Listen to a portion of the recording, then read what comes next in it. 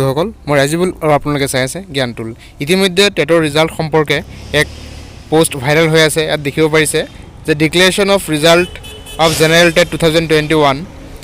this is for the general information of all concerned that the result of the candidates who have appeared in the general tet examination lower and upper primary level held on 31st October 2021 shall be available online from 11 am of 15 December 2021.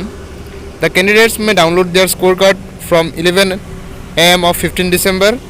to 31st December 2021 by logging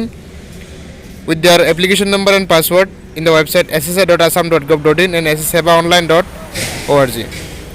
ইয়াত কোৱা হৈছে যে যি 31 অক্টোবৰ তাৰিখে general TET হৈ গৈছিলে তাৰ result 15 December ৰাতিপুৱা 11 বজাত SSA আসাম আৰু সেৱা অনলাইনৰ